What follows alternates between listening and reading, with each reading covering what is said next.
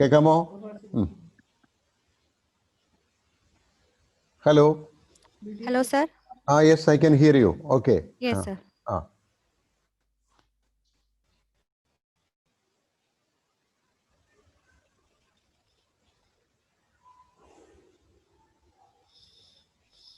Okay, so shall we begin? Okay, we shall begin. Am I visible and audible? Yes, sir. You are visible and audible. Okay, thank you. Okay. Good afternoon, everyone. I welcome you all to the second session of day 1 of the 6 days AICT sponsored STTP on paradigm shift in assessment and evaluation practices for engineering graduates.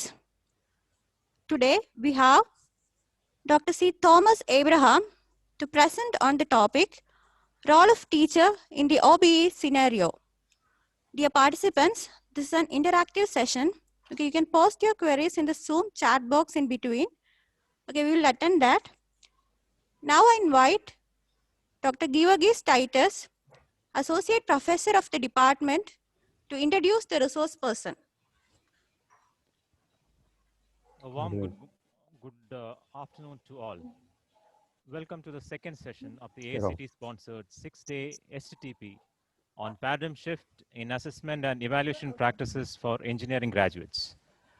We have Dr. C. Thomas Abraham with us to handle the session on role of teachers in OB.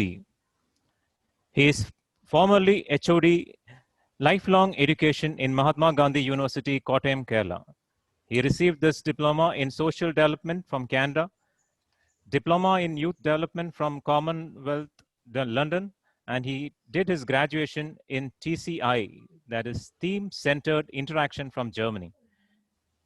He is also an accredited international felicitator on theme-centered interaction, which is a concept and method for persons working in groups. He was instrumental in conceptualizing and implementation of the first literacy campaign of India, 1989, leading to the declaration of Kottayam as the first fully literate municipal town of India. During the past 20 years, he has led more than 1,300 TCI workshops in various countries and has authored several books in English as well as in Malayalam. The management and the Department of EC, Amaljodi College of Engineering, gives you a hearty welcome, sir. Over to you, sir, for the session. Thank you.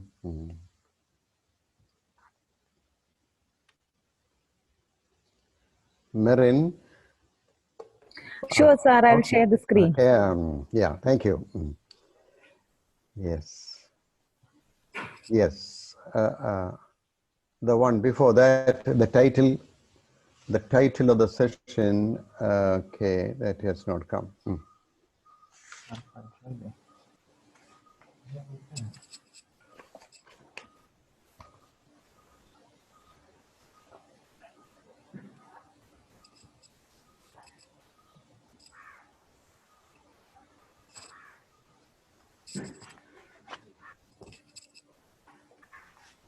Okay, before this, friends, I'm very happy to be associated with Amaljodi College and this forum, which is sponsored by AICTE. I'm very pleased with the idea of this paradigm shift, which is badly needed in the teaching scenario. In fact, the first slide I'm going to tell you, it's not shown on the screen. The theme for the next session, this session is paradigm shift from teacher of subjects to facilitator of learning. Teacher of, where am I? Where do I want to be? How do I reach there? This is the theme. Paradigm shift has to first happen in the mindset of the teachers. Therefore, today I am a teacher of subjects. Tomorrow I want to be a facilitator of learning. That is the emphasis. Now let us look at the screen, the slide which is already on the screen. program outcomes that are less discussed or not discussed at all. That phrase is not from me, but it's from the concept of this seminar, which has been given to me. I am not shocked at reading this, because in most of our teaching, learning practices, these 6 items out of the 12 listed by AICTE, number 6, 7, 8, 9, and 10, I have taken out here: environment and sustainability, ethics, individual and teamwork, communication, project management and finance, lifelong learning. These are often casualties, in the sense often left out in the teaching learning processes, and I'm very happy to understand that AICTE wants to bring these back into focus. Now, let that be there. I would like to start by asking the question, what is a paradigm? Maybe Merin, you can remove this slide. What is a paradigm? Paradigm is often defined, let it be there. Paradigm is defined as the way we see things. The way we see things. I would like to talk about Stephen Covey, the author of 7 Habits of Highly Effective People. He is the person who popularized the concept of paradigm. Of course, it has been there in the dictionary and in usage also, but the person who brought it to the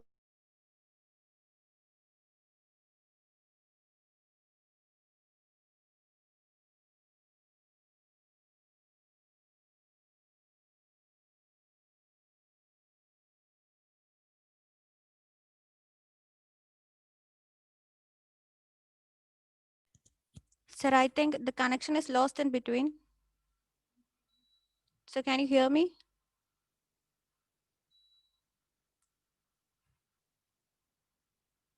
Thomas sir, hello.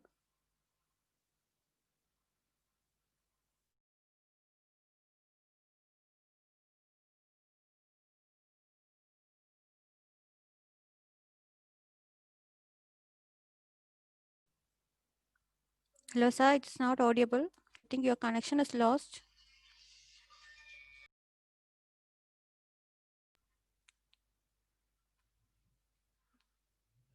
So please unmute yourself.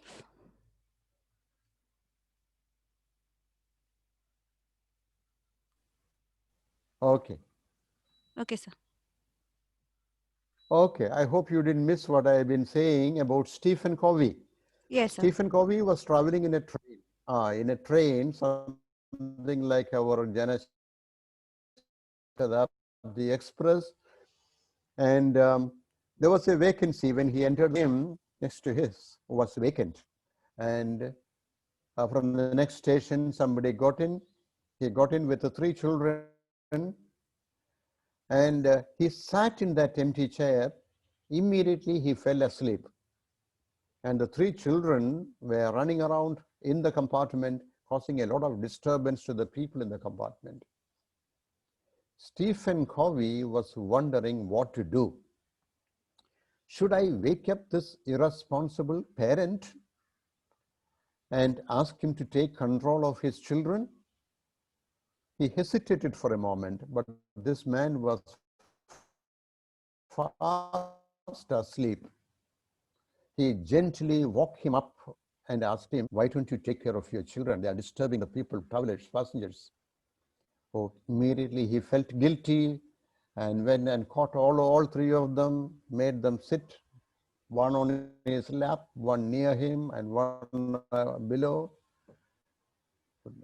And then he told Stephen Covey, I'm sorry for disturbing you. You know what happened? My wife, that means the children of these, the mother of these 3 children, died in the hospital last night. It is 2 weeks since I slept. I have no relatives nearby.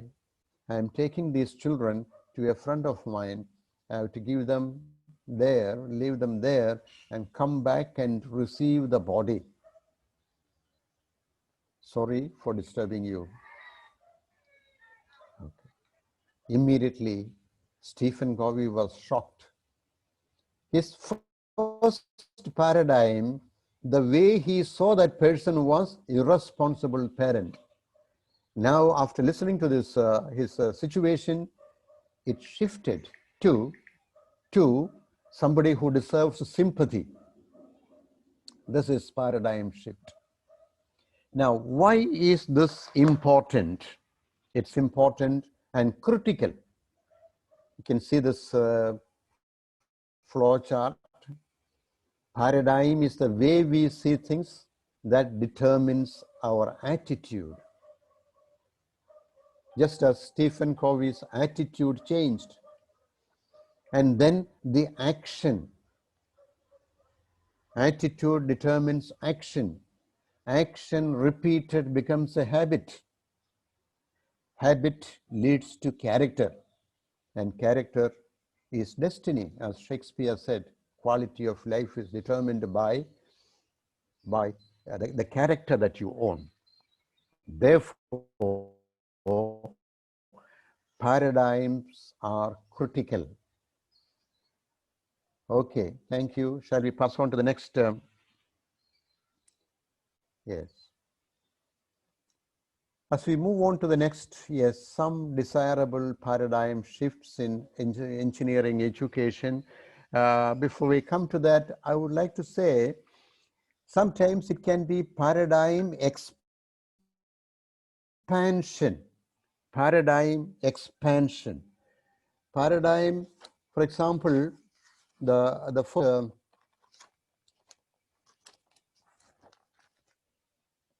outcome. Outcome indicated is engineering knowledge.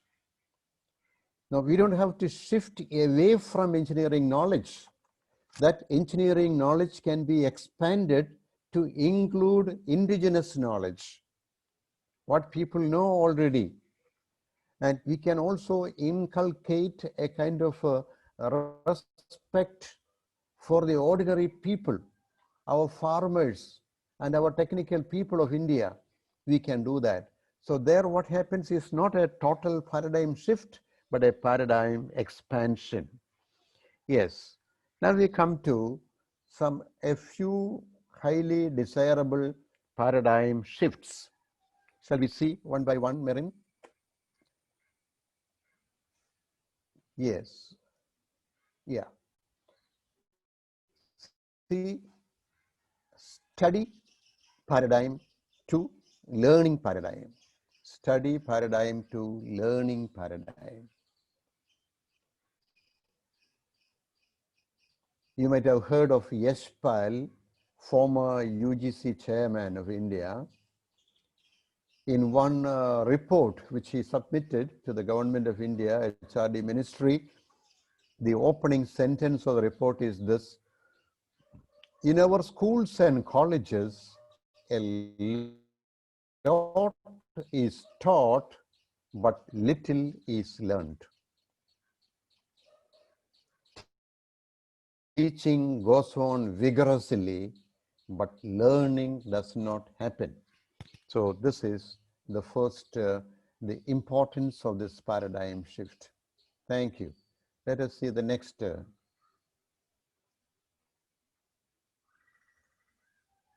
Yes. See what happens in the study process. Study process is imparting of knowledge. What is often missed is what is often not focused on is wisdom. T.S. Eliot, Nobel Prize winning poet of England, 1922. Where is the wisdom we lost in our pursuit of knowledge?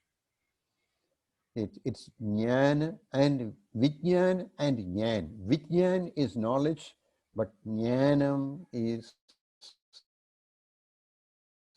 wisdom, our hurried pursuit of knowledge. Thank you.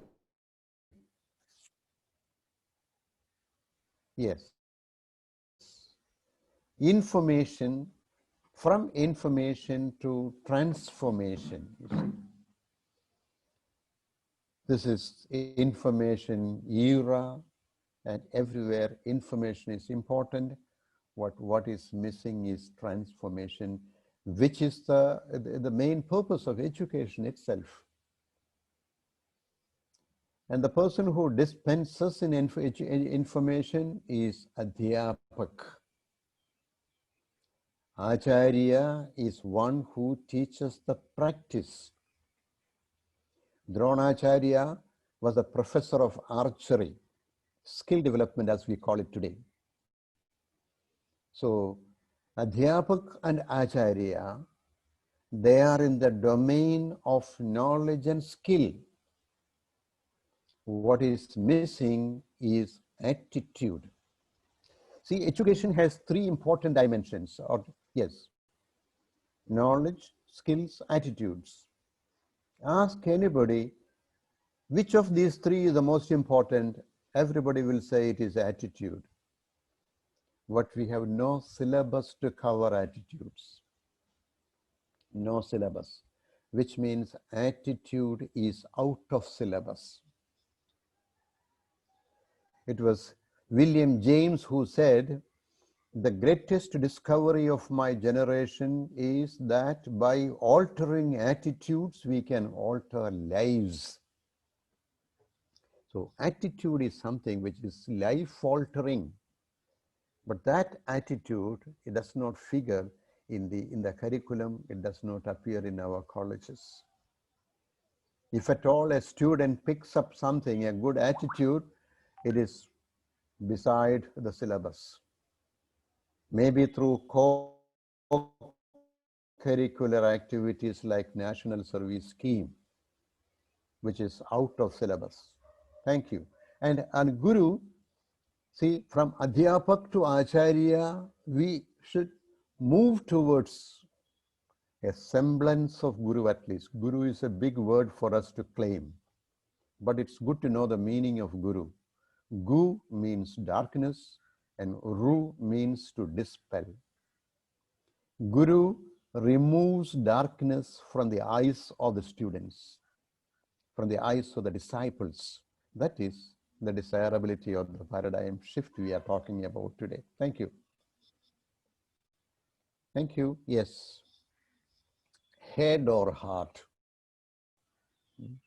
Today's educational system is all focused on the head, on the intellect, not on the heart. Somebody asked Swami Vivekananda, Swamiji, which is more important for you, heart or head? Meaning, which is more important, thinking or feeling? And his answer was, heart is great indeed. If I have a choice between heart and head, I will definitely choose heart. In our educational system, heart is discredited. It's all a domain of head. A paradigm shift is urgently needed. Thank you. Marin?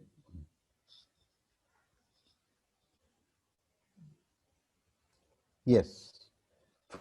From IQ to EQ. IQ is intelligence quotient and EQ is emotional quotient, much talked about today. And what are the elements of emotional quotient? Daniel Goleman is the ustad of emotional intelligence. He has written 5 books on this theme, Daniel Goleman.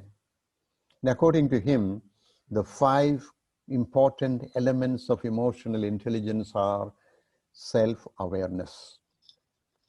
The student becomes aware of himself, his potentials, his responsibilities, social responsibility, how he became who he is today, his vision for the future of himself and the country and the world. Self-regulation means whatever prevents him from achieving his goals and vision, he has to regulate himself. He cannot go uncontrolled. Empathy. Empathy is the ability to put yourself in the place, into the shoes of the other and feel as he feels. Motivation. I would like to relate this word motivation to passion. Today's children, I've been teaching English literature and then lifelong learning and then national service scheme. My feeling is that most of them, or at least several of them, do not have a dominant passion in life. The inner fire. We have to, the teaching system has to encourage the children to discover what motivates them in life, what moves them in life. APJ Abdul Kalam's Wings of Fire, the last sentence of the introduction to that book, he has a beautiful sentence.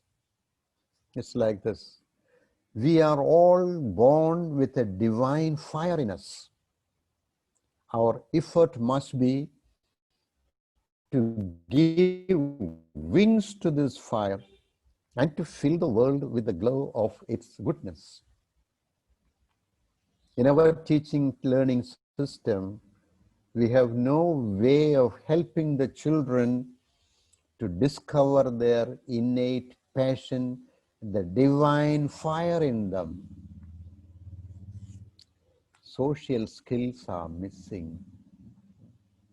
Today, in the software field, for that matter, any field, and engineering education is very much affected by this. Today's youth are insensitive to social realities, and they are very poor in communicating. Interpersonal communication is part of social skills, and communicating with people in society. These are again, so we need a paradigm shift. Thank you. Marin? Yes. So we said earlier,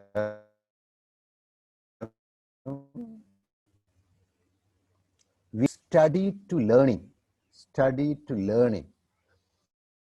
Study does not change anybody.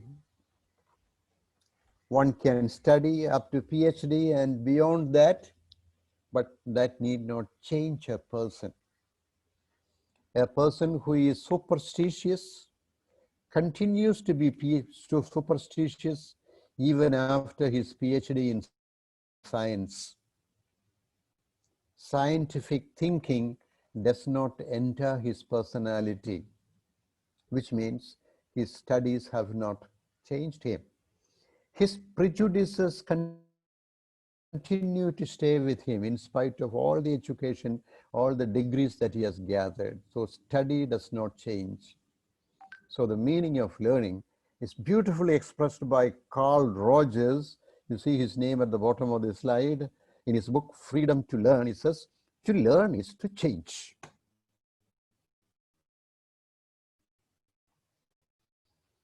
So if you want personal teaching and studying, what we need is learning. And this is what Yespal said: in our schools and colleges, a lot is taught.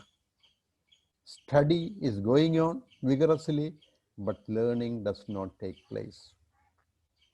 Second aspect of learning is it is self-initiated, meaning I want to learn, therefore I learn. Not in the sense of I want a degree, I want a job. No. This area is interesting to me and I would like to learn it. So you learn because you want to learn, not because your parents want you to learn, not because your economic and financial situation compels you to learn. No. I like it, I want it, therefore I learn. It is pervasive. It affects the body, mind, and soul, feelings. It's not merely at the cerebral level. It affects one's vision of life. And the fourth one, it is evaluated by the learner himself. Meaning, is it helpful for me? Is the evaluation. Today, the evaluation is done by the university. And they tell you whether it is useful or not. Ultimately, the learner decides whether it has been a helpful exercise for him, and it becomes meaningful to the learner. So many people sit in classes, go through lessons, and write examinations and they take degree, but it doesn't make meaning to them. So, okay, so this is again related to the paradigm shift from study to learn. Thank you. Let us see the next one. Ah.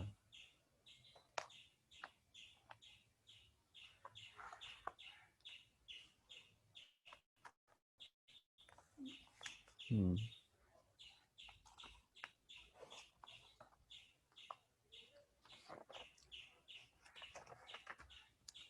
Okay, this paradigm shift is not new altogether.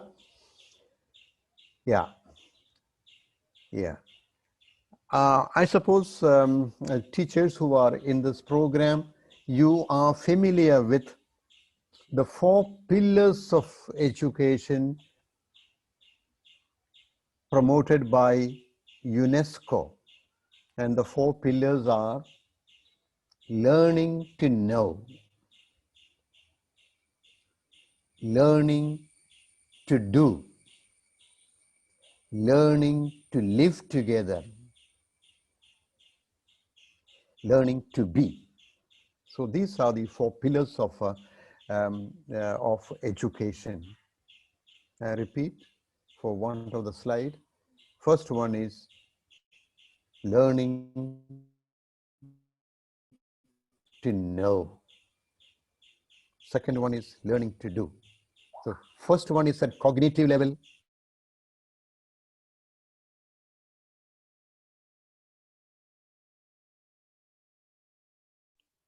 Sir, hello, sir. Sir, I think again the connection is lost. Hello, sir.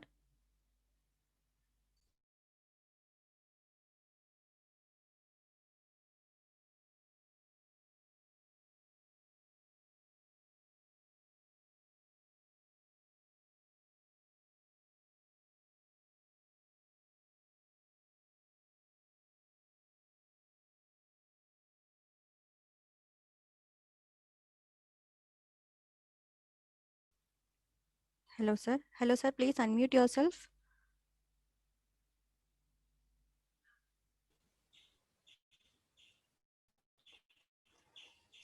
Hello, sir. Okay, what I've been just saying, I hope you, can you hear me now? Yes, sir. Yes, sir. Marin, am I audible? Yes, sir. You are audible. Okay.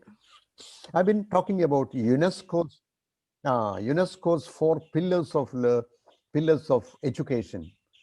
I think you, because there was a program that was disrupted. I hope you got it. Learning to know, learning to do, learning to live together, and learning to be. The first 6 outcomes mentioned by AICTE are related to learning to know and to do. And the latter half are related to relationship, for example, empathy. All those things are related to that. And also meaningful life. Yeah, I repeat that. Self-awareness, self-regulation, empathy, motivation, and social skills. All those things earlier, I'm sorry, go back here. Yes, environment and sustainability, ethics, individual, individual and teamwork. Yeah, thank you so much. Communication, project management, how we manage the project. Management is managing oneself first.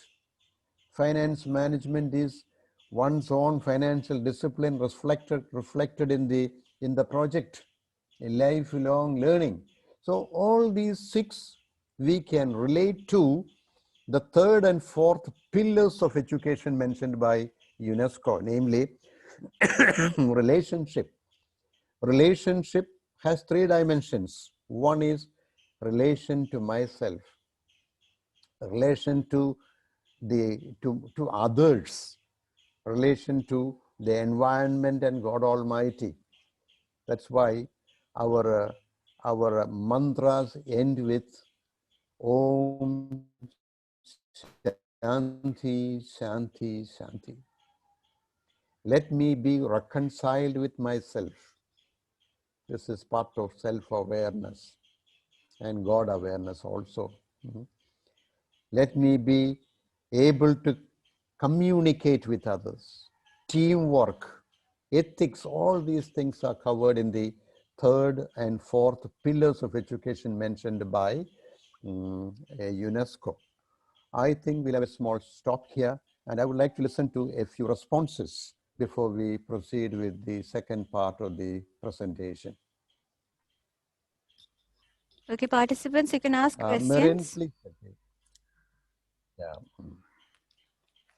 Participants, you are invited to ask questions. You can raise your hand, option can be used. Good afternoon, sir. Good afternoon. Okay. Colleges. May I know who is speaking?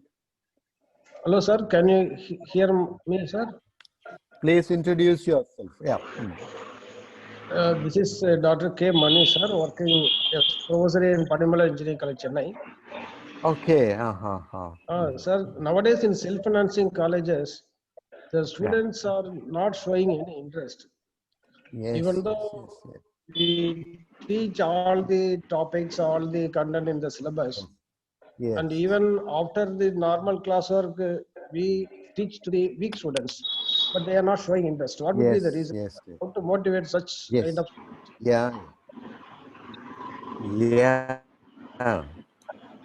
Very good question, and it's a very basic question, Mani sir. Thank you for asking this question.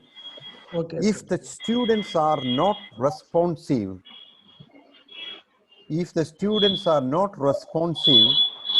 who is to blame? Who is to blame? I work with humanistic psychology, and an applied form of that is team-centered interaction. The basic premise of humanistic psychology, let me say something about humanistic psychology. There are 2 psychological approaches. One is clinical psychology, meaning somebody has a problem, he goes to a clinic, goes for therapy, goes to a psychiatrist. That is the clinical psychology. The other aspect is humanistic psychology, developmental psychology, where the emphasis is on not treating, not curing, but prevention and promotion. So that is humanistic psychology. And the father of humanistic psychology, I think most of you in the group will have known his name, is Abraham Maslow. A very famous statement from Abraham Maslow is, you must be what you can be. You must be what you can be. So this is one of the dictums in humanistic psychology. The second one is, if the environment is conducive, any bud will blossom. If the environment is conducive, any bud will blossom. So when we say that the students are not interested, what has failed? Who has failed? The system has failed. We have failed. The university has failed in creating the environment which will compel them to learn. Yes, sir. Maybe, yes. Therefore, If the approach is good, the response is good.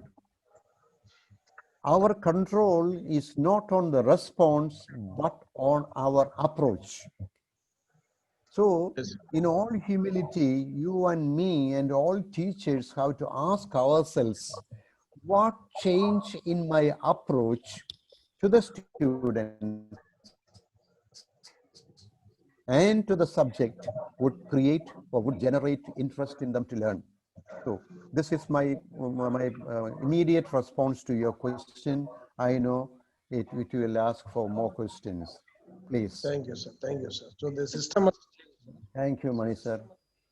Yeah. Thank you, sir. Okay, I think there is a question from Jayakrishnan sir.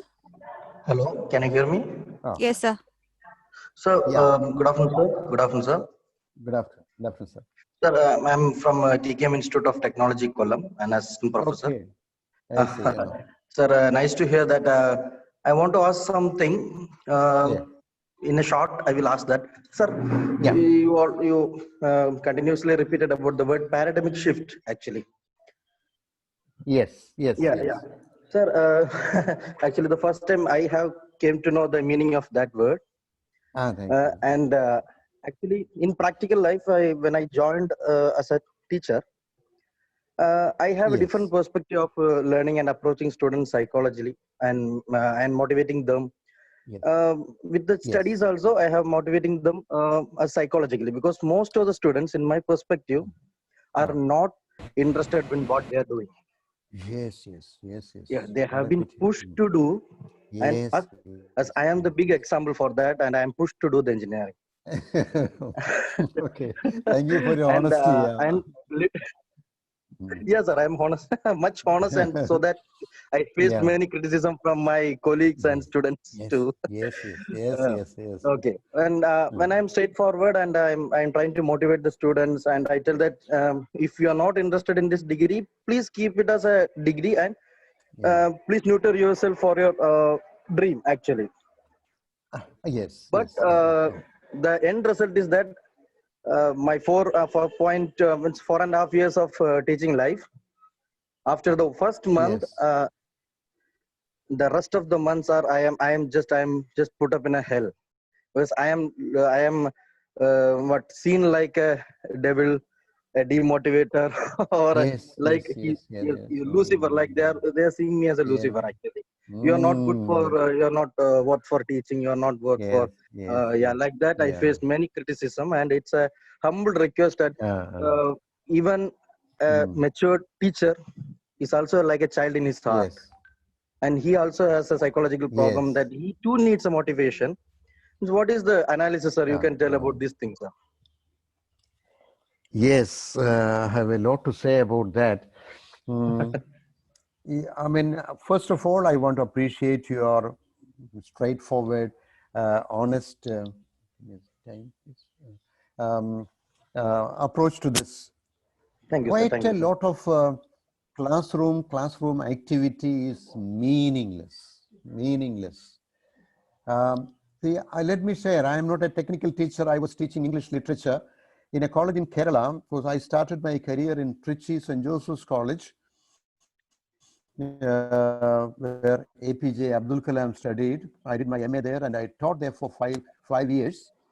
Then I came to a college in Kerala, where I had postgraduate teaching also, MA English literature. And literature was my passion. Jay Krishnan sir, you are much junior to me, so I'll call you Jay Krishnan only.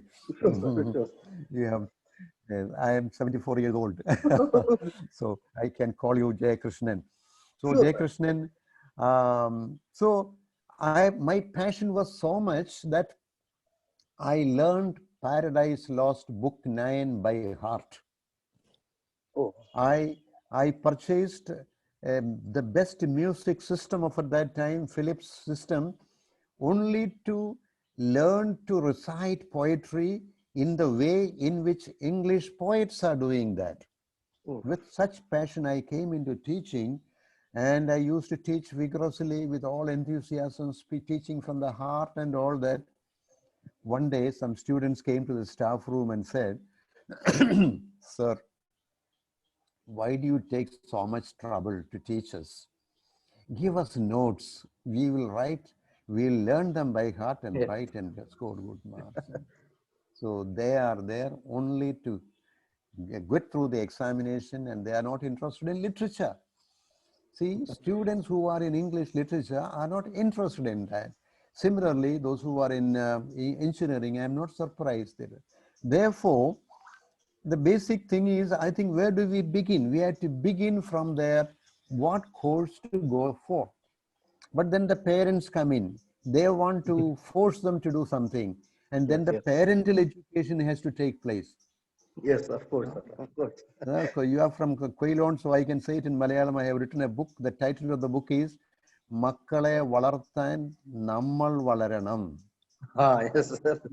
Yeah, in order to bring up children, we have to first bring up ourselves. Ourselves, yes, sir. So education has to start with the parents. And the basic thing is not to compel a student to study some subject which he doesn't.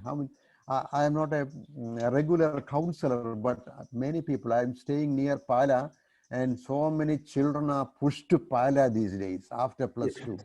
Yes, sir. Yes, sir. Because there is entrance coaching is going on. Millions of students are going through this process now, but how many of them are really interested? It's a kind of forced marriage leading to easy divorce. Easy divorce, in course yes, of time. And mentally disturbed too. Tell me, yeah. Sir, yes, it leads to maximum the students of lead to the mental disturbance. Yeah, quite a lot. And it's a burden to the teachers. You cannot teach because they don't want to learn. All these things are there. Thank you. Something has to be done, and we will come to that in the second part of our presentation. Sure, sir. Thank you very much. Thank you for raising this very basic issue. Okay, thank you. Yes, thank you. Marin, shall we listen to another question? Yes, sir. There is a question from Minu Mumtaz. The question is, how can we make a class more interesting to students? Yes. Very, very basic question. I would say, of course, there are many ways, but the basic thing is thematize your lessons. Thematize means this is a paradigm shift from subject to theme. Subject is out there, whereas theme is in here. Subject has no relationship to the personality of the student. It is not related to the milieu or the environment in which that student lives. It is out there, it is neutral. Whereas when it becomes a theme, it touches me. I'll give you examples of subject and theme. Yes, globalization and rubber cultivation is a subject. But you can make it a theme by saying how globalization affects rubber farmers of Kerala. Then a rubber farmer will begin to take interest. Maybe it is something interesting, from something relevant for me also. Or marginal farmers of rubber cultivation, something like that. Then parenting is a subject, but when you say, when you make it a theme, how can I bring up my children as responsible human beings? Then it touches you as a parent.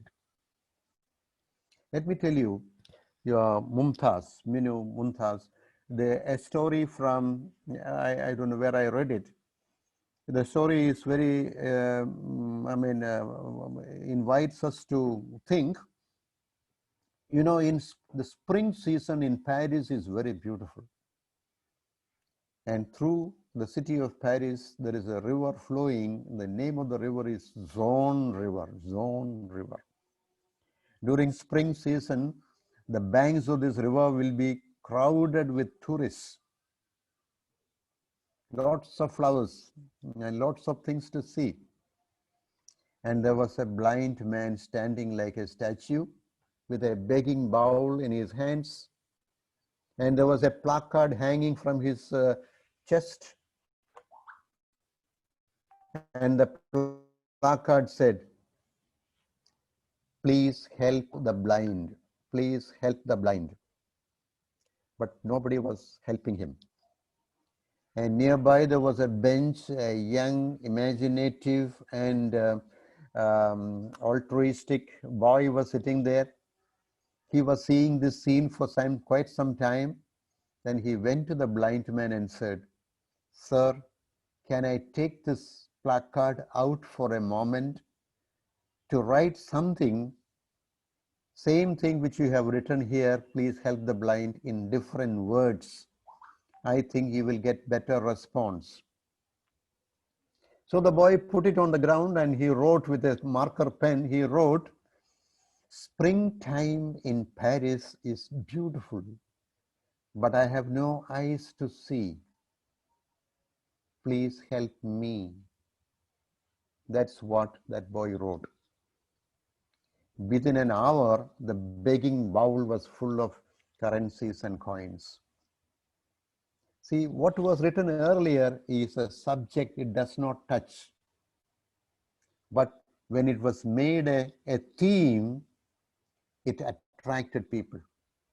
Theme has an appealing power which subject does not have.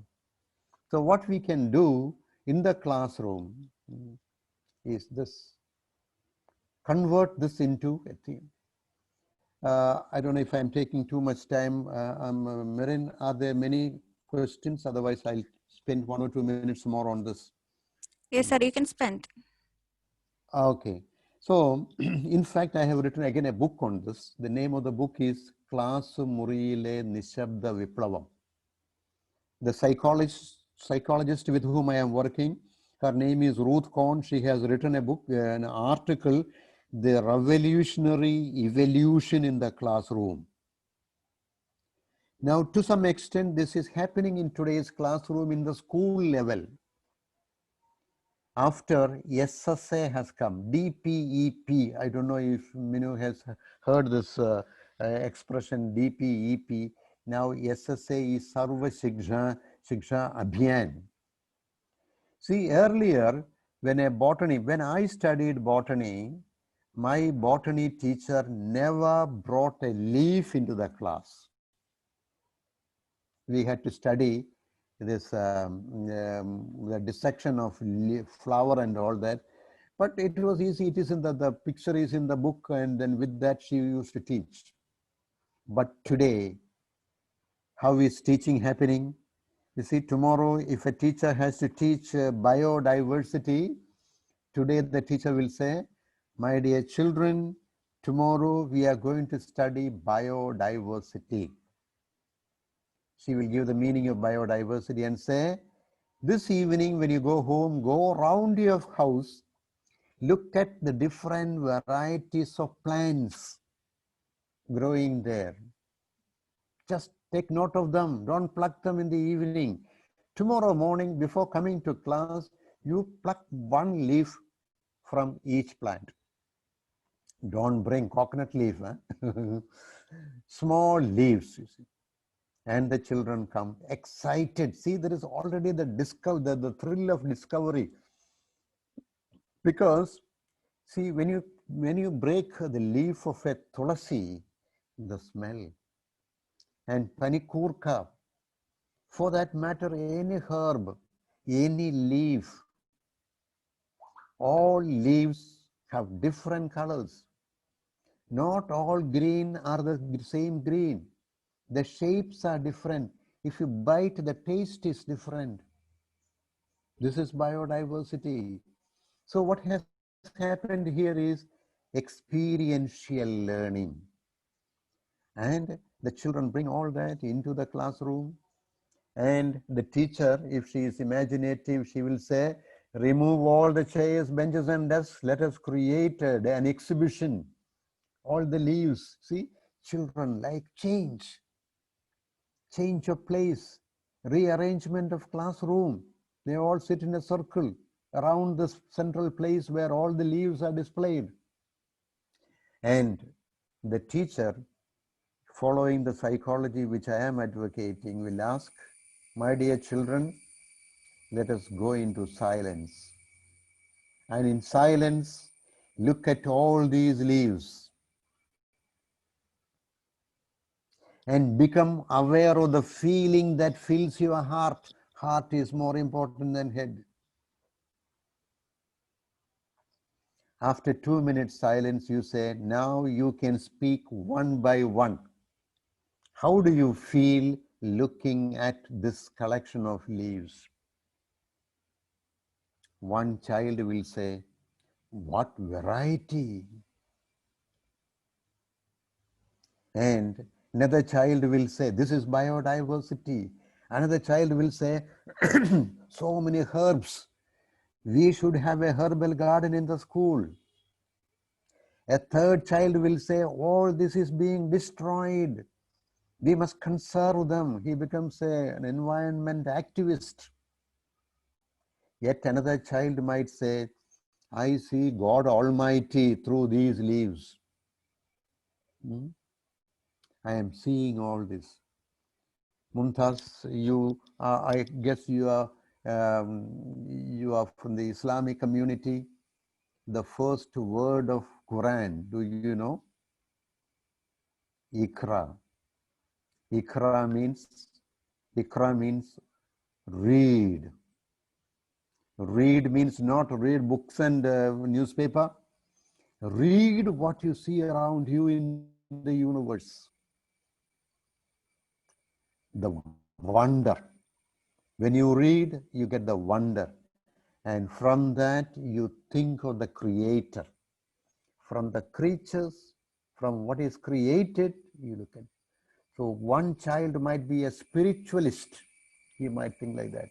So this is what can happen in a classroom. Instead of that, we have the examination in mind and we make them mug it up. I have seen postgraduate students learning by heart. I will not be surprised if your postgraduate MTech students are also mugging up something to write in the examination. So the joy of learning has been lost in the classroom. I think, Minu, I have answered your question. What to do in the classroom so that children... Thank you. Yes, sir. We have another question from Ria Maria George. Sir, how can we balance between teacher role with a huge syllabus? Ria, what's her full name? Ria Maria George. George, where does she, Ria, where do you teach? Ria? Sir, I teach in Amal Jyoti itself. Amal Jyoti, yes. And you are saying that the syllabus is huge, what to do, huh? Yes. I'll give you my response to it. You don't get angry with me. Syllabus, see, the teacher's lack of time is because you are teaching things which are unnecessary to be taught. Many things can be left to the children. See, I know, I'm not talking about engineering colleges. There are some school teachers and college teachers. You know what they do? What is in the book, they are reading out to them. Why do you need a teacher to do that? And why do you need a classroom time for that? And then afterwards dictate notes also. And then later complain that I have no time. See, what is in the book can be read. Children must be given assignments which are imaginatively created. And whatever can be done outside the classroom should be encouraged. But if they are not motivated to do that, what to do? That whose problem is that? The problem is with the syllabus and the teaching approach and the examination system. Instead, we are blaming, and then we are trying to spoon feed. You are right, Ria Maria. We don't have enough time to spoon feed all the children with all that is in the book. But that is not necessary. You trust them, they can learn by themselves many things. Don't unnecessarily burden yourself by thinking that all this is your divine responsibility to teach. God has given you that. That's my first response to you, Ria. Yes, sir. Okay, we have another question Yep. from Jnaneshwar Pai. Yeah. Okay, the question is, how to imbibe ethical values among the students during online education? Oh, yes. Oh, yes. Okay. Ethical values, very, very important question. During online, Jnaneshwar, the question implies that if it were not online education, you knew how to impart value education. Would you like to say how you have been doing it or how it can be done? And then we'll, of course, online brings its own limitations and also plus points. I'll come to that. Okay, let me listen to this. How would you do it, or how were you doing it when it was direct classroom communication? Jnaneshwar, sir?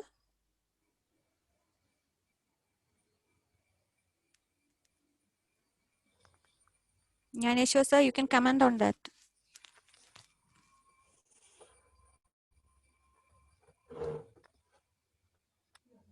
Yeah. Okay. Let me tell you, anyway, I suppose value education in engineering colleges, I do not know how it is being addressed. But ethics, you see, the outcomes which are emphasized in the second half of the list. Number 6 is environment and sustainability. There is ethics of consumption, environment ethics is there, then comes ethics, individual teamwork and all that.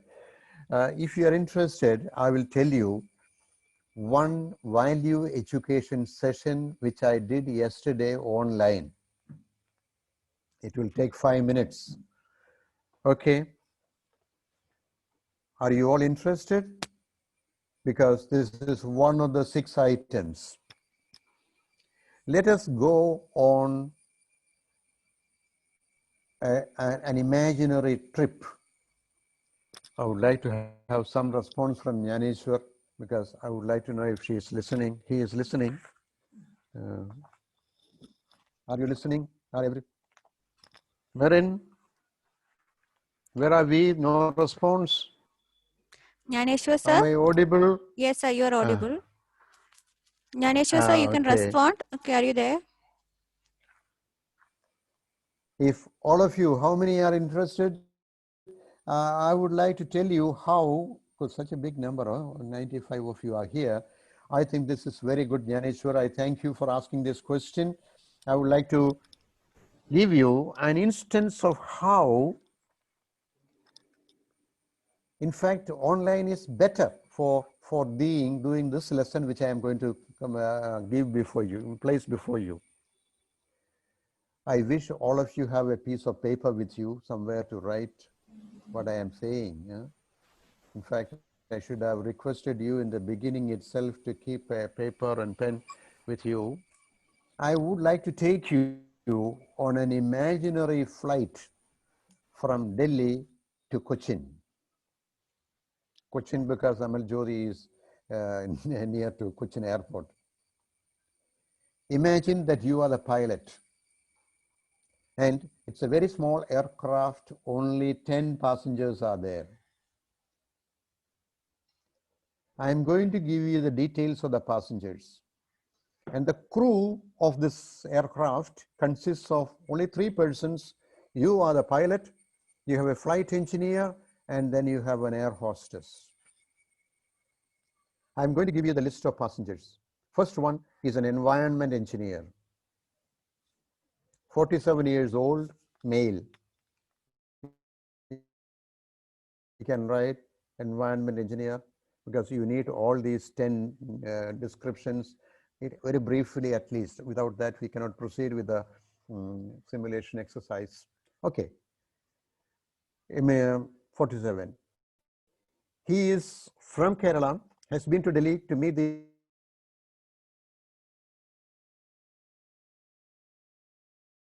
Hello, sir.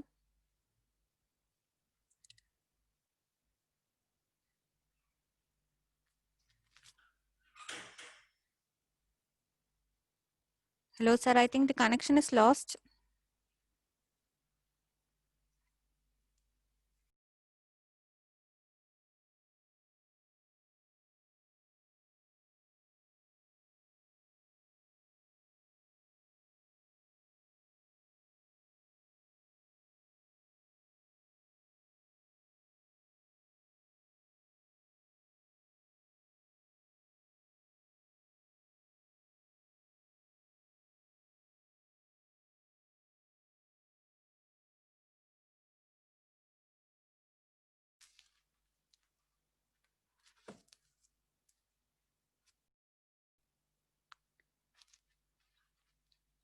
Okay, participants, please wait. Okay, Marin.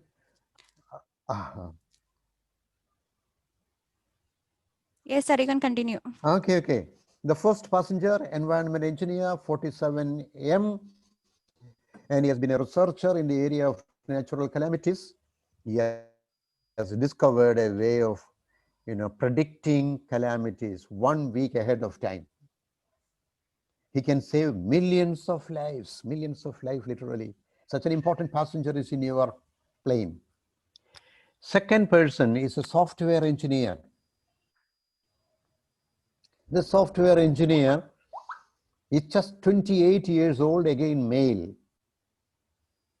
No, Bill Gates, Microsoft man, he is wanting to step out of Microsoft, and he is the richest man in the world, and he wants to do a lot of charity now. And he decided to recruit four smart youngsters from 4 different parts of the world. Asia Pacific shortlisting happened, final interview in Taj Hotel.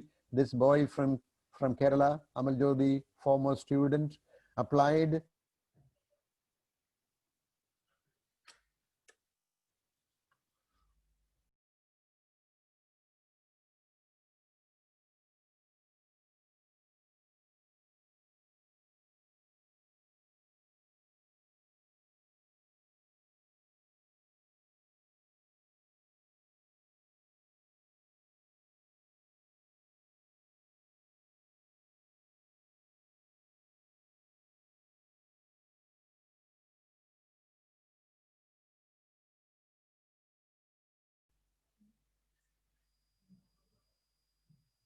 Hello.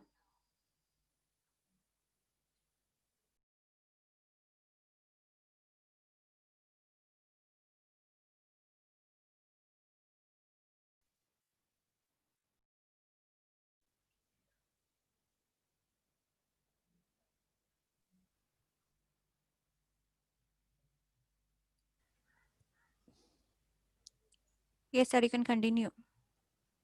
Yes, yes. So I'm happy Marin is projecting this slide in front of us, environment, sustainability, ethics, and Ria's question was specifically about ethics. Individual teamwork is all. This exercise which we are doing now is related to all these. So interview was great, but then Bill Gates said, you must fly with me tonight.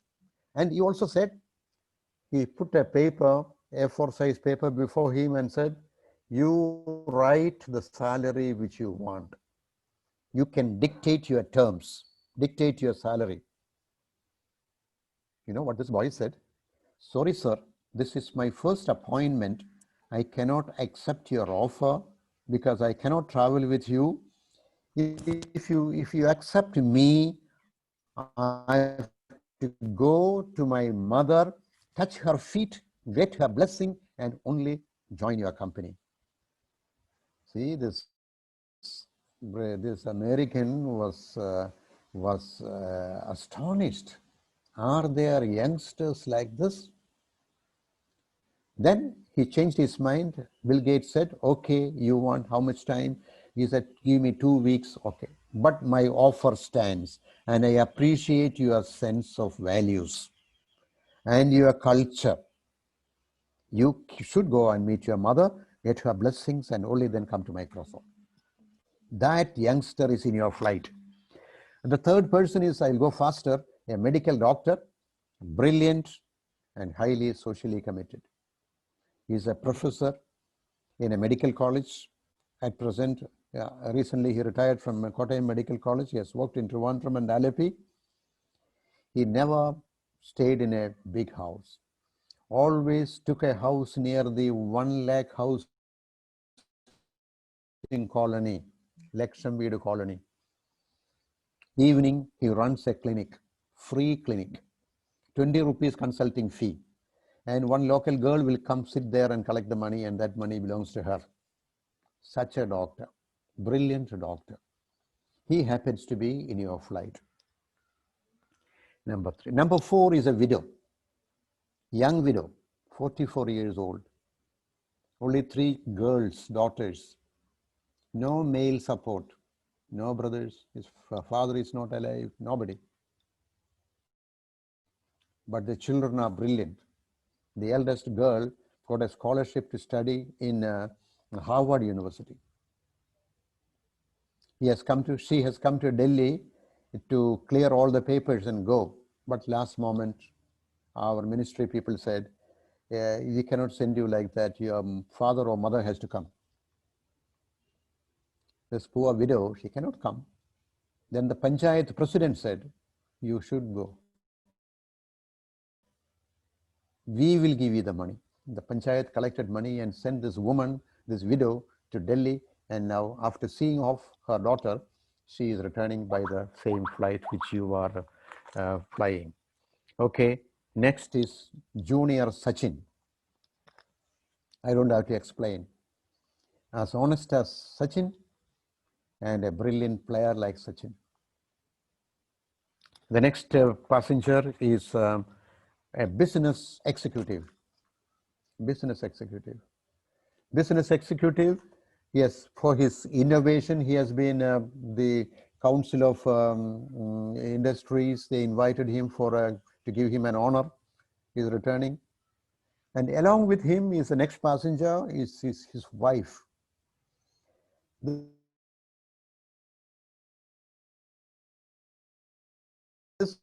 lady wanted to visit Delhi and also always saying, okay, next time, next time, next time. And this time, she happens to be pregnant. 6 months pregnant. So she is pregnant lady. She is your next passenger. I hope you are making a note of all these passengers. Next is a spiritual guru. This spiritual guru is a very special guru because he is welcome in mosques, in temples, and in churches, and gurudwaras also. Such a spiritual person who is beyond all religious differences. In a place of religious dispute, if this man appears there, all their weapons will automatically fall. Such commanding power, duty he commands. He is your, and in a country like ours where people are fighting on the basis of religion, caste and color, this man's relevance, you can imagine.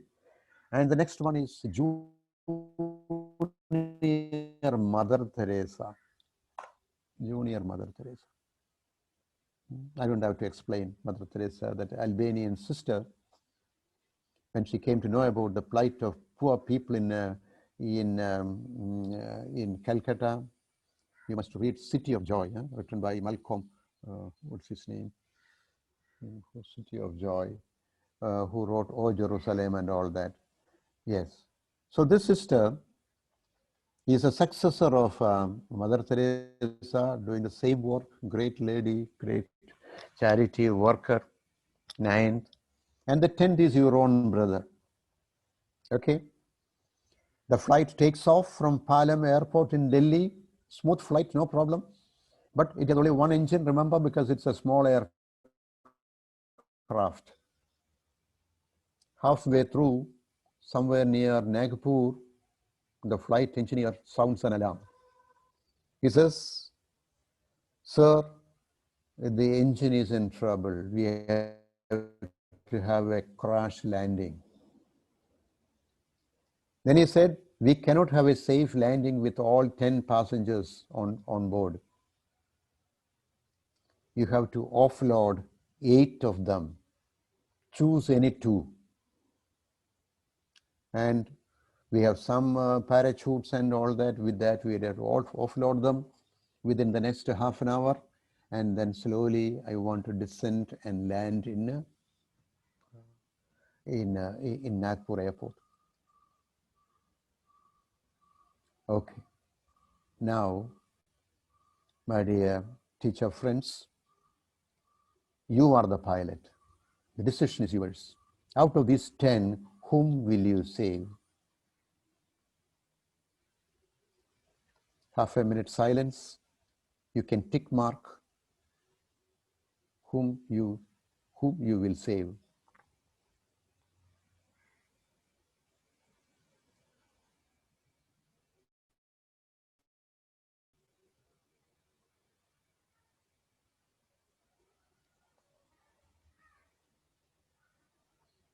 Okay. Now, what we should do now is, I suppose you are all at home or in your department. What you should do is take this list of 10 passengers to somebody nearby and ask, if it were you, if you were in the pilot's cockpit, whom would you have saved? 2 persons. Ideally, if it is at home, or we can give it as an assignment, online teaching of values, say at home at supper time, you present it before your family, and by consensus, not by putting it to vote, all of you should agree upon 2 persons whom you want to save. Or you can even say 1 person. 1 person whom you would like to save. This is a value clarification exercise. I am sure your engineering students will take it seriously, and they will have debates among themselves. So what we have done is taken values into their homes, you see, discussing among themselves in the family. Values cannot be taught. They can only be caught. So create opportunities, learning situations where they can catch values. And I think online education in many ways is suitable, helpful for this kind of learning. Thank you. I think I've taken some time for this. Shall we pass on to the next one? Yes, sir. Marin, how are you? I would like to get a feedback from Ria about this before we proceed.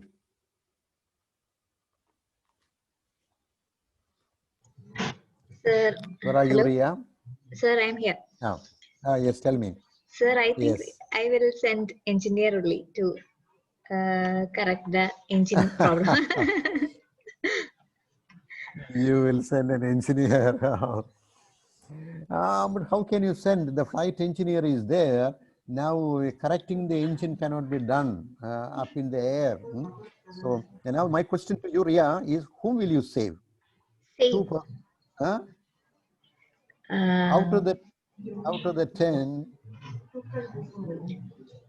I will save the woman who is having child, who is the pregnant woman. Yes, pregnant woman. Yes. And the second passenger? Doctor. Second passenger, doctor. Yes. You see, yeah, there is no right answer and wrong answer in this, but whatever, Ria, you say, you are revealing your value system. Yeah, by first choice, what you said is life is precious. Life is precious. Therefore, a child, a child in the embryo stage who has not seen the world should not be denied a chance to see the world. This is the highest value, you see. And through this exercise you are teaching. Instead of that, if you put them in a religious class or a moral science class, the children will curse you.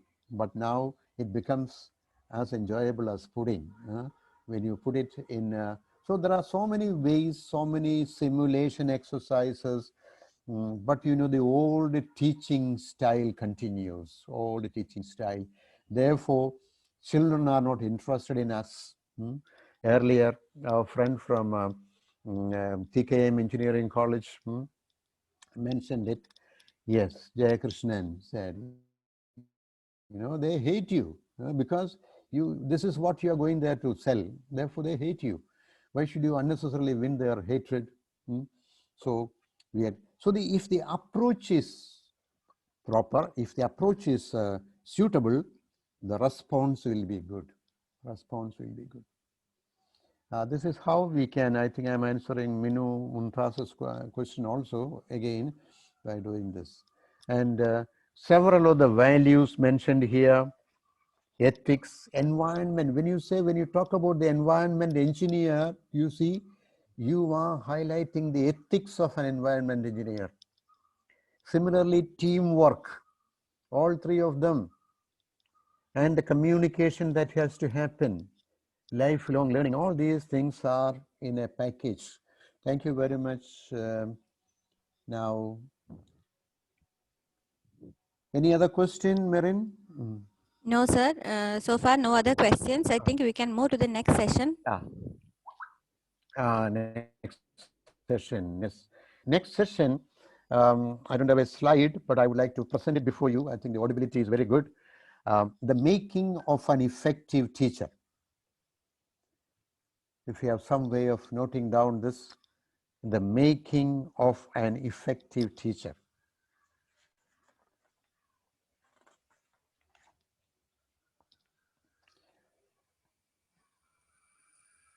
Okay, Marin, one of the slides was there where you have this earlier, the theme is presented, teacher of subjects, and then the second half, facilitator of learning.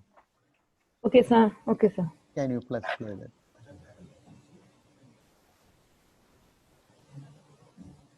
Not that, not that, not that, not that.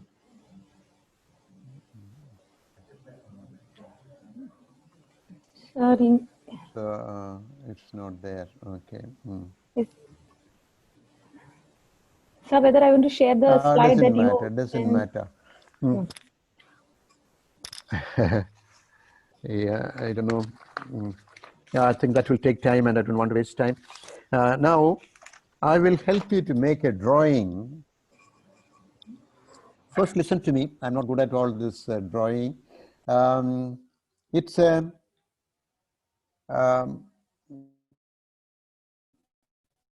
teacher of subjects. Teacher of subjects. Excuse me, sir. You can write teacher of. Okay. Thomas, sir. Did you locate it? No, no, sir. Yeah, In this particular, in this particular slide, it's not there. Whether we should stop the sharing, or you'll be. Can you see this? This is my notebook. Can you see this? No, sir. It is or not I will visible. draw it for you. It's not visible. It's not visible.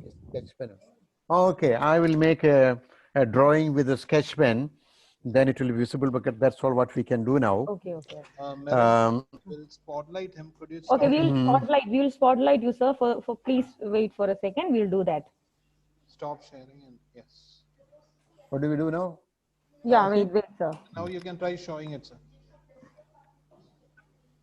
Okay.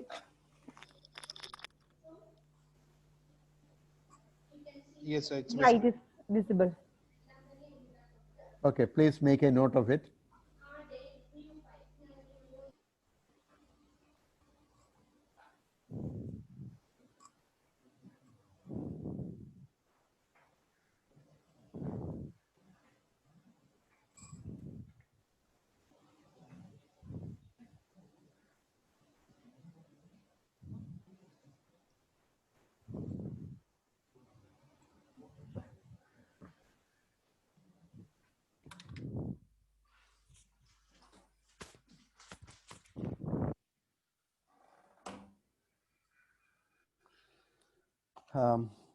Is the display enough, Maren?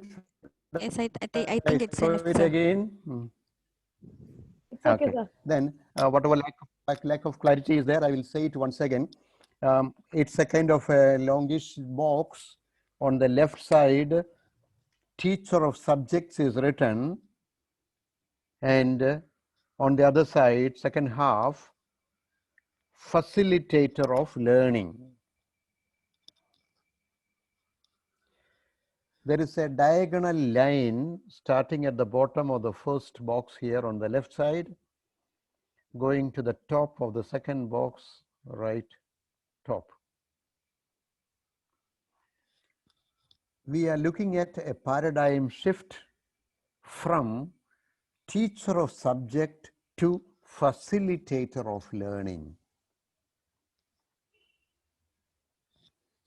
What is desired is a paradigm shift from the teacher paradigm to facilitator paradigm. Now, how does a teacher see things usually? A typical teacher. The typical teacher says, you want to study? Sit down, listen to me. Number one. Second one, this is right, that is wrong. Teacher is a fault finder. Number three, if you repeat your mistake, I'll punish you. Number four, you get only so many marks. The teachers always give marks. This is a typical teacher. What is the color of the ink in the pen which a typical teacher carries? What is the color of the ink in the pen, fountain pen or the ballpoint pen of a typical teacher? Somebody will answer me, please. Red color, sir. Red color, red color. Why? Because that is for correcting. Now, you are all young teachers. I can tell you, when I was a teacher of English, even now, see, I taught English for 13 years. Even today, when I travel on the road, my eyes go invariably to read the boards. You know for what? To see if there is a spelling mistake. You see? And if there is a stationery shop, I look once again because there is a mistake likely there. STATIONERY is a right spelling. Some people write ARY, and see the English teacher in me becomes very, very disturbed, you see. This is a fault finder. Whereas when he becomes a facilitator, and you see what happens in that box in the classroom, that box represents the classroom. How much space he occupies in the classroom? I think about 80%. That is that not true about your classroom also? Who speaks most of the time?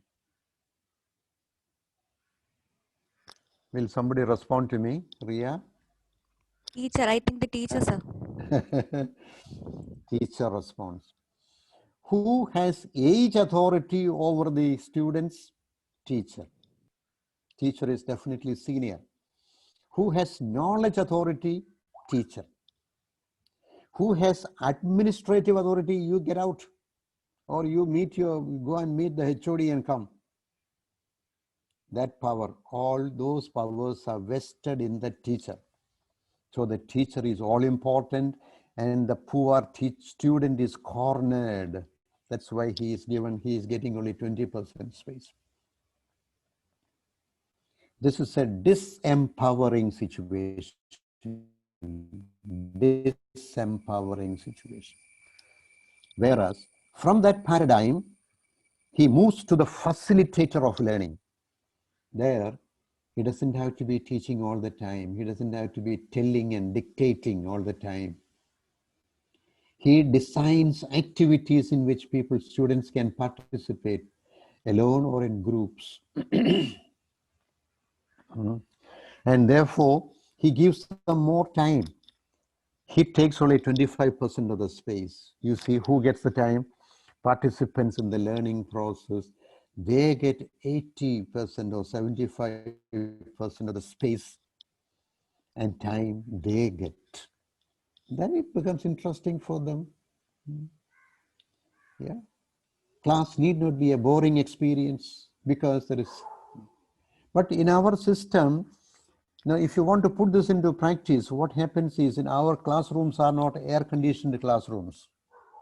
Therefore, if a teacher is becoming a facilitator, encouraging student participation, many students will be talking at the same time. There will be a little bit of chaos. And then the teacher from the next classroom will come and ask, what is happening here? Is this a marketplace? And the principal or vice principal may be taking a stroll along the veranda, and he will ask, what is this? Oh, this teacher has no control over the students. Next year, your service may not be extended because she has no control, you see. This is the way we look at things, you see. Whereas a facilitator of learning needs to be more equipped. See, what happens is, what I wrote below here, the teacher progressively reduces himself. See, if you look at the space, the teacher's space, in the first box, he has 80% space, you see. And second box, it is reduces to 20 or 25%. The teacher is getting reduced. And proportionately, you find the students are growing. This is the line of empowerment. You are empowering the student. When you give them an opportunity to open out, voice their views, listen to their creativity, then you are giving them space to grow. A typical classroom is a leveler. It will cut down everybody. Questions are not encouraged. I was sent out of chemistry class when I was in standard 7. You know why?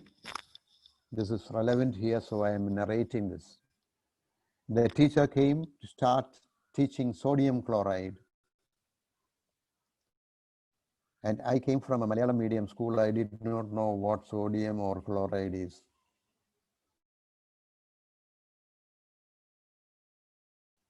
And he wanted to make it a very important sodium chloride. Don't worry, it is simple salt. But don't think it is very unimportant. Without salt, nobody can live. Goodness. It struck me like a thunderbolt because my father, ever since I knew him, was not allowed to take salt in his food. And he is alive. And my chemistry teacher says, no salt, no life. You know what I did? I wanted to ask a question. I stood up. He did not like it. Out, he said. I had to go out and stand on the veranda till the class was over. Of course, this may not happen today. This happened in 1950s when I was a high school student. You see, questions are not encouraged.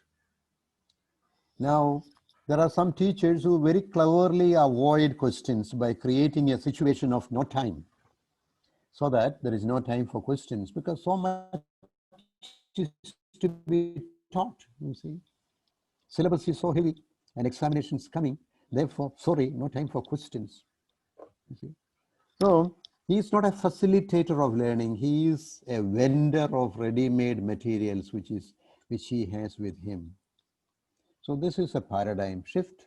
And therefore, the challenge is the becoming of a facilitator. Teacher should become a facilitator of learning. So this is this is the second part. Of course, having presented this theme in this way, I would like to welcome at least one intervention from somebody. What do you say about this? Okay, dear participants, you can comment on that.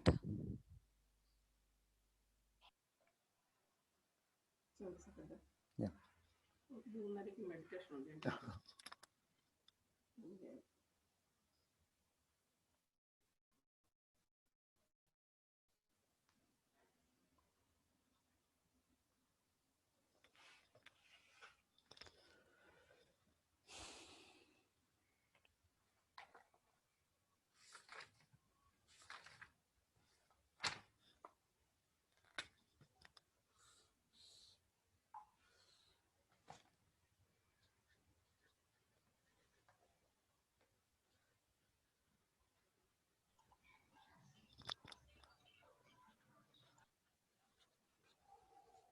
There is a question to you, okay, from Sharath. Okay, the question is, sir, how can we shift from 80% to 20% as a facilitator? Yes. 20%, 80% is either spoon feeding, lecturing, PowerPoint presentation. That's it.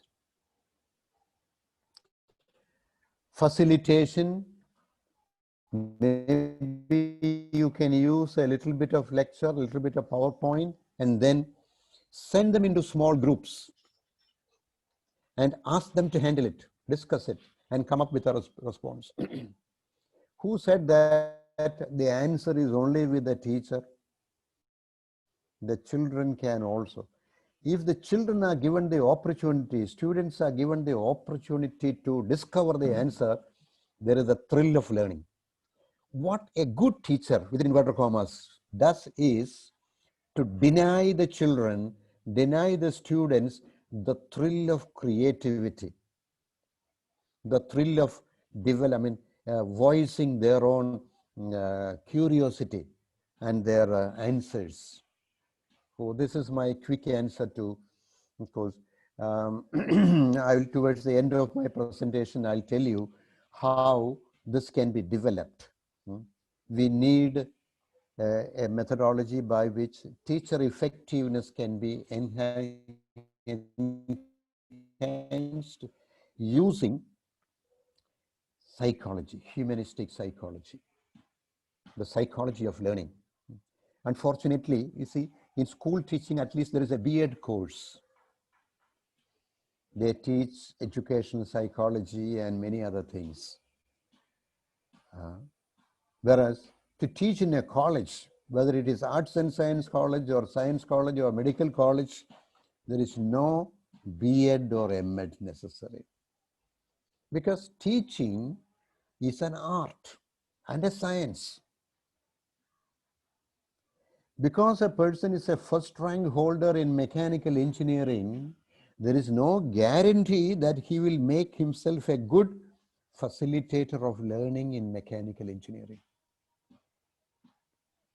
Poor teachers are unequipped to handle the task of teaching. The systems, they have never thought about it. And also, let me tell you, if the teacher in the engineering college and medical college happens to be a brilliant person, only such people get appointment, mind you.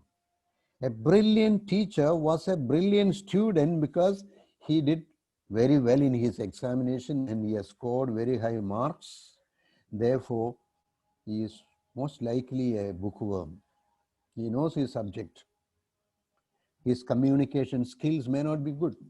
Whereas a student in the college who was in the college union, arts club secretary, and a little bit of going on strike and this and that, his communication will be excellent.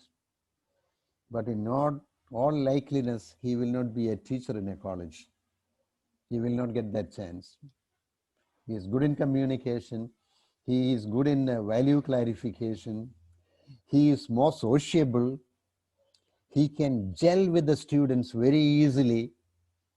But such people will not get a chance to teach in an engineering college or medical college. That's a system, see. Okay, what I'm saying is that we need training of teachers. in the engineering and medical colleges also. Okay, thank you very much. We pass on to the next point related to teacher effectiveness, and that is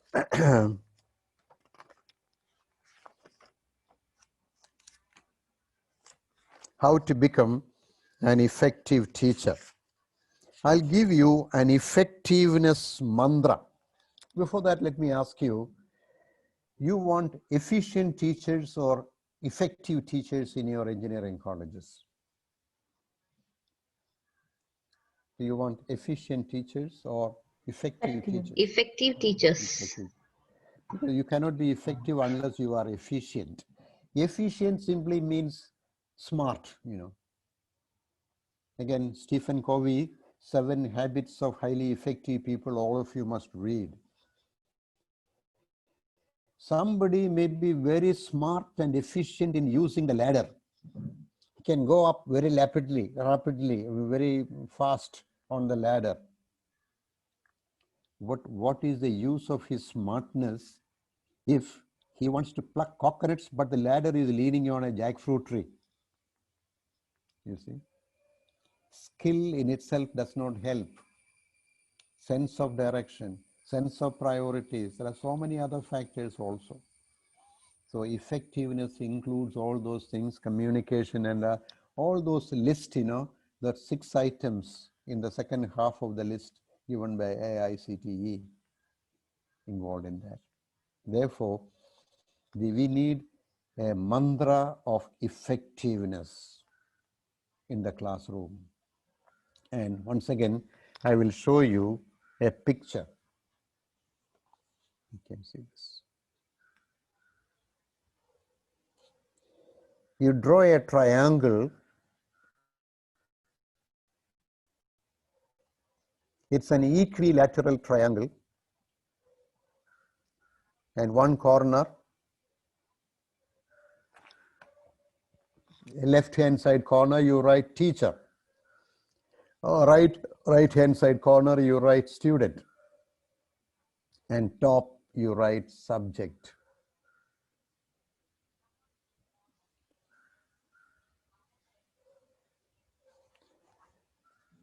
This is given by Ruth Kohn, R-U-T-H, Ruth, C-O-H-N, Ruth Kohn.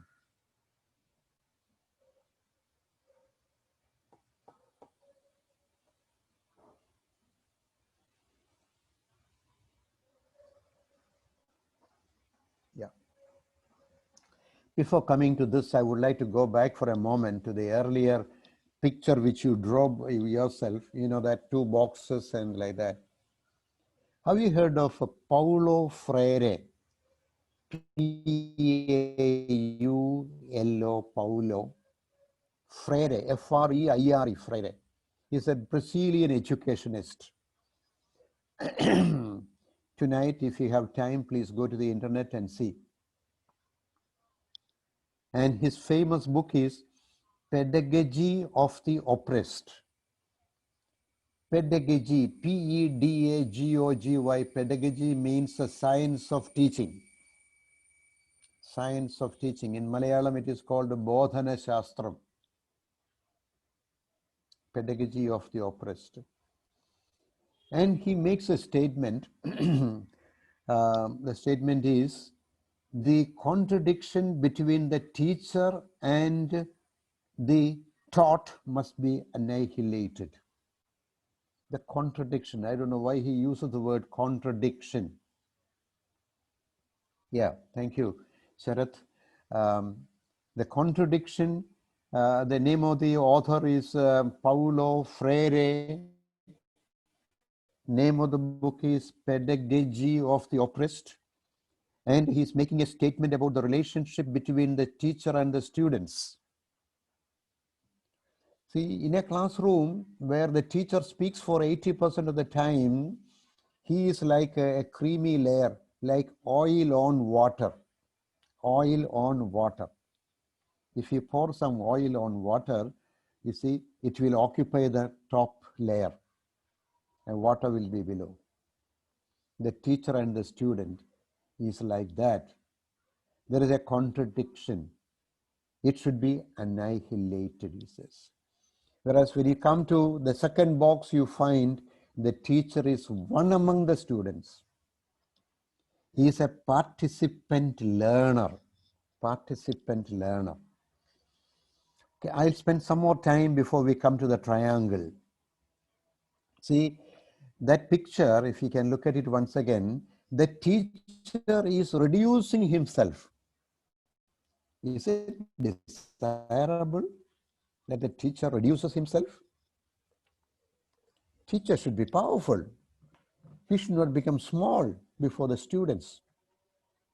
Let me explain. A teacher, all of you, I am also a teacher. We are all teachers. We have three powers. You can make a note of the three powers of a teacher. One power is our professional power.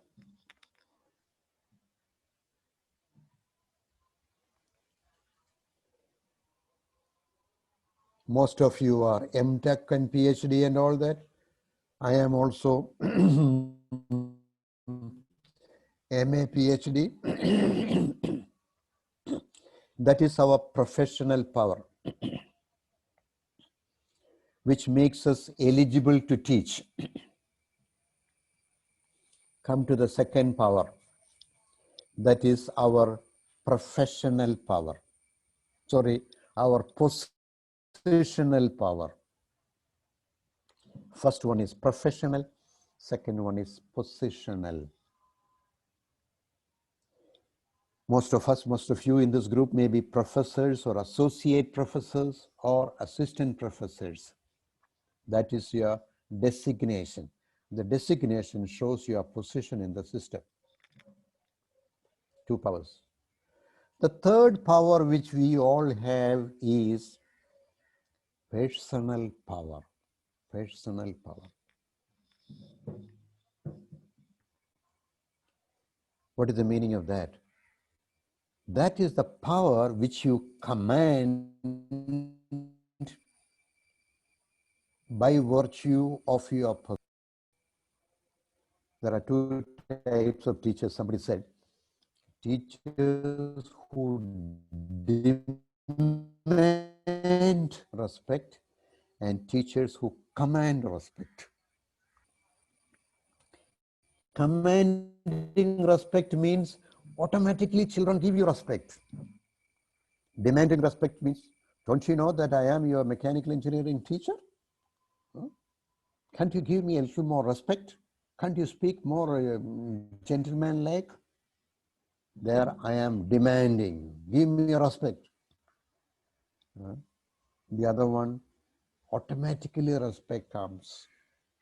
This is it. Now my question to you is, that reduction happens.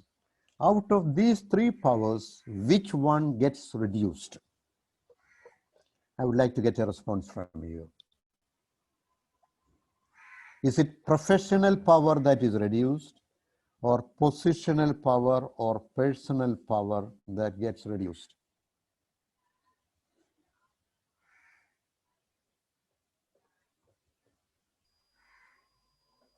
And also one more question. In box 1 or box 2, where do you need more of professional power to survive? Two questions. Sir, I think Sharath is asking one more question. Please. And that is, the question is, can you repeat the name once again? Personal power. What is personal power? Okay. Personal power is the power which we command by virtue of who we are. Meaning, students automatically giving you respect. That is the personal power. Okay, let me give you the example of APJ Abdul Kalam. All of us know his professional power, and you know it better than me. I think he was an astrophysicist and all those things related to space. And we know his positional power. He was the president of India. What more? Now, even when he was not wielding his professional power or positional power, which means after he retired from that position, people respected him. Why? Even when he is not alive, people give him respect and reverence. That is because of his personal power. Abdul Kalam is Abdul Kalam. He earned it through his life. That is the meaning. Thank you, Sharath, for asking that question. Yeah. Okay. Now, my question is about which power actually gets reduced when you move to the facilitator paradigm. And also, second question, to survive in box 1, which is the most important one?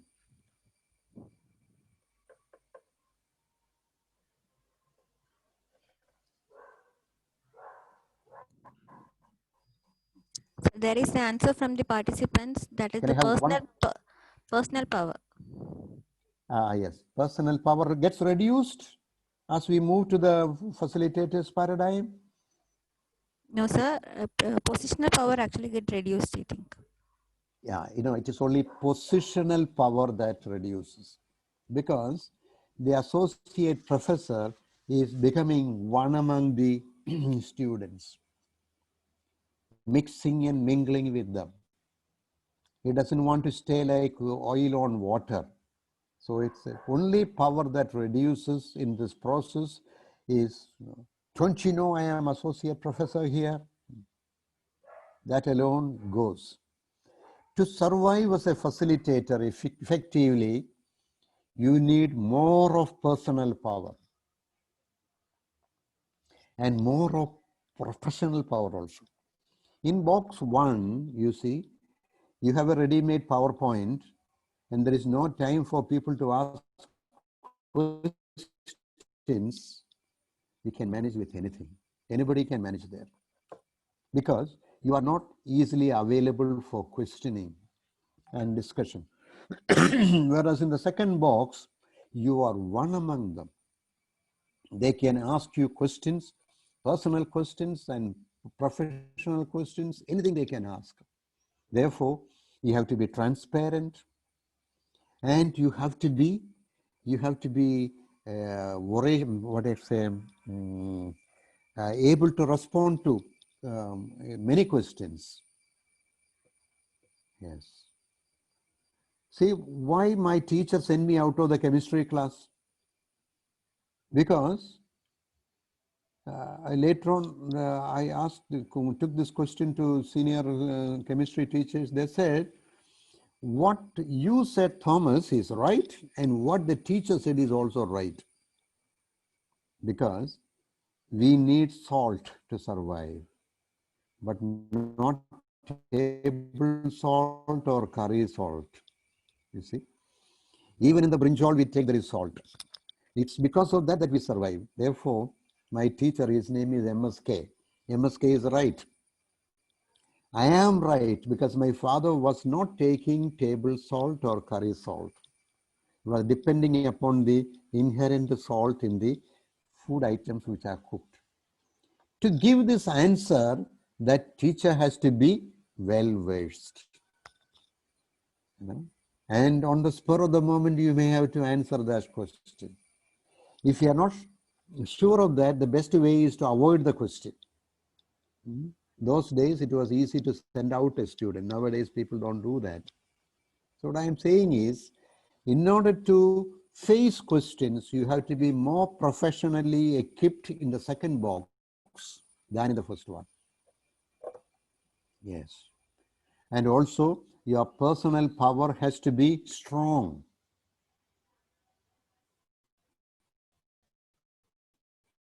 Yes. Thank you. Shall we pass on to the next one, or any questions related to this? Yes, sir, we can continue. Now, yeah, this is what I showed you. The implication, you have already taken note of that. Implication is that a class to be effective, a session to be effective, I I don't like the word class, because the class immediately makes you a teacher. And the notebook becomes a notebook instead of a learning journal. And all the traditional relationship between the teacher and the student comes in. Therefore, I use only the word session. So our afternoon session is going on. Please don't describe this as a class, afternoon class, like that. Okay. What I'm saying is, the session, in order to be effective, equal weightage has to be given to all these three. One, teacher has to enjoy the subject. You must be in love with your subject. Otherwise, you cannot give an effective session.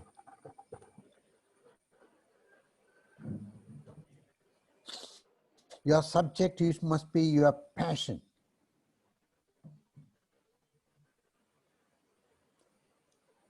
You must be a learner in that. Continuous learner. Kaizen. So 60% covered. On the right side, student. You must know your students. There is a famous proverb in English. I think it's good that you take down this. If you want to teach John Latin, you must know both Latin and John.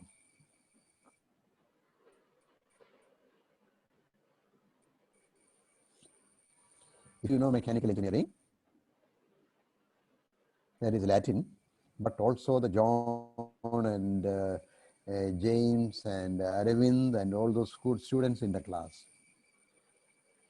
So I am responding to one or two earlier questions. One way in which your class can be engaging is know your students.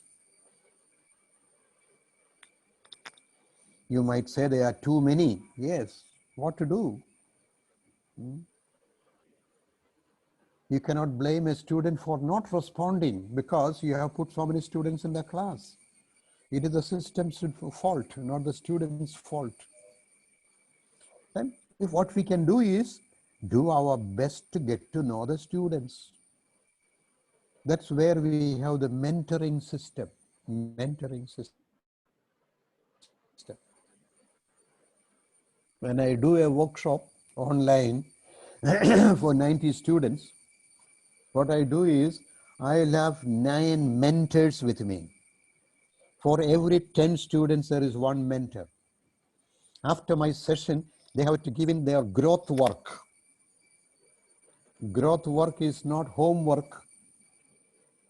This is work which facilitates their personal growth, which they will do.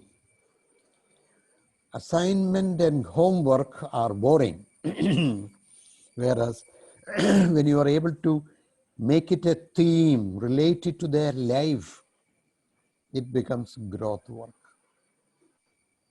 And these 10 mentors will respond personally to each of these responses. Then it becomes personalized. Otherwise, the class becomes a crowd. A crowd is impersonal. Nobody knows anybody. Anonymous. In an anonymous environment, you can do whatever you like. You need not study also. Nobody knows you. But if you know students by name, if you know their background, then you know better to teach them. So if you want to teach John Latin, you must not only know Latin, but also John's. Okay. So that is the importance of student, that's we call in TCI, it is called V. Below teacher, you can write I, V, and on top, task. Task, I don't have to tell you, I suppose you are all experts in your task. But one thing is that you have to be constantly updating yourself. one of the challenges in schools now is many NRI students are studying. And very often their English is better than the English of the teacher. And if the teacher goes there and says, ask kiddu, kiddu, kiddu, and all that, the student will be laughing to himself because he has come from a foreign university where the pronunciation is proper. So what I am saying is, task is not static. It has to be constantly updated. Yes. Toyota company, you know, in Japan is a company which gives maximum importance to continual learning. And there is a watchword which they use, Kaizen, you know, K-E-Y-S-E-N. Kaizen means continual learning. Somebody told me, if you are an engineer working with Toyota, you have to innovate and bring something new. See this new car, Innova. Huh? What was the name of the car which was before that? It was an excellent car. But mercilessly, Toyota withdrew that car and introduced Innova. And mind you, Innova, I-N-N-O-V-A, first 6 letters of innovation. Toyota is constantly innovating. If you are not able to innovate, you engineer, you can stay with us, you will get your salary, but no increment. That is Toyota norm. You see? Because you have not been growing. Why should your salary grow? Very logical question. If you don't grow, you don't deserve an increased salary. Okay. So task, equal importance. Now, what happens in some of the classrooms is one possibility. The task becomes large. In the first box, 80% teacher. What will be the degree there? Instead of 60 degrees, it may be 120, because all the time he is talking. Therefore, for his self-expression, only 30%. For the students, attention students receive only 30%. 120 is swallowed by the subject. And the excuse is so much to be taught. This is ineffective teaching. So in the new outcome-based education, we need to take care of this equilibrium, 60%. There are some teachers who are always talking about themselves. I don't know if in engineering colleges there are. In a college where I taught, there was an English teacher by name, hello, a teacher, every now and then he used to be talking about himself. He taught for 1 year, he was teaching in Brunei Darussalam. And then from there, he got a scholarship to go to Oxford University, 1 year course, short-term course. And after that, he joined the college where I was teaching. And every now and then he will start a sentence. When I was in London, so many times, when I was in London, you know, students are very clever. They gave him the name London Sir. So there what happens is the teacher, instead of 60, it becomes 100. All the time he is talking about his own glorious achievements. Some teachers are like that. There are some teachers who are all the time very sociable and friendly with students. Very sociable. When is it that a teacher is extra sociable in the class? I would like to get an answer from you for that. On certain days, certain teachers are extra sociable in the class. Very friendly with the students. Oh, it is time to close. Thank you. Can I have an answer to that? Sure, sir. Sure, sir. Who will respond? On certain days, I'll close in 2-3 minutes. Okay. Yeah, certain days, certain teachers are very friendly, extra friendly with the students.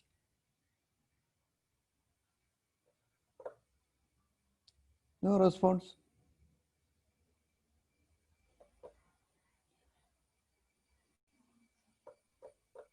Huh? You must have experienced it when you were a student in college or in a school. Yes. Mahe, Jero. Yeah. I think I'm getting the right answers. Arul Muri. Yes, nothing. He is not prepared for the class. When he is not prepared for the class and he doesn't want the students to know it, then what do? Oh, very friendly. Oh, why do you look gloomy, my dear son, my dear daughter? Your dress is wonderful today and your smile is great and all those things. Because that is to mask, camouflage, that he is not prepared for the class. Okay, I think time is up. Somebody asked me for my email ID. I would like to give it to you. And yes, if you want to become an effective teacher, I would recommend that you read relevant books, one thing. Secondly, effective training. Unfortunately, teachers don't get training to become effective teachers. So you must give attention to that. Maybe I can give you some guidance in these matters. First, I'll give you my mobile number, which includes also my WhatsApp number. Before I move over to other things tonight, you call me or send me a message, 94471 80439. 94471 80439. That's my mobile number. 94471. Thank you. Yeah. Mahe Jaro. Yeah. Okay. Thank you, Mahe. My email ID, Mahe, will you please type that also? Thomas Abraham, THOMAS ABRAHAM, Thomas Abraham .TCI. TCI is theme-centered interaction. Not team, theme-centered. I said from subject to theme, we mentioned. Theme-centered, don't write full name, TCI. Thomas Abraham .TCI @gmail.com. Mahek, can you display it? Thomas Abraham .TCI @gmail. Thomas Abraham .TCI. Excellent. Perfect. Thank you, Mahek. Wonderful job. Thank you. I think there is a lot that I would have liked to communicate with you. Thank you for all the questions which you asked around 3 o'clock. And I think I have given over to you whatever basic things I wanted to share with you. So many chats are there. Marin, shall I stop here and listen to a few remarks? Thank you, Sarath. Yeah. Yes, sir. Yeah. Okay, we have come to the end of the session. Okay, participants, if you want to ask any questions, okay, you can ask right now. And Kumarabor. Yes. Thank you, sir. Thank you. Prasida, Binaya, thank you. Okay, I would like to take this opportunity to thank Dr. Thomas Abraham to wonderfully narrating the role of teacher in the OBE scenario. We understood how teacher can act as a facilitator of learning. That is how to move to the 20% in the class. So we understood how to become an effective teacher. He also beautifully narrates how to teach the students the values. This was a very beautiful session, sir. We are giving you grateful gratitude for this wonderful, very wonderful session. Thank you, sir. Dear participants. Thank you and namaskaram. Dear participants, tomorrow we will begin the session exactly at 10 o'clock. Thank you all. Okay. Also, dear participants, I would like to remind you to fill the attendance and feedback form right now.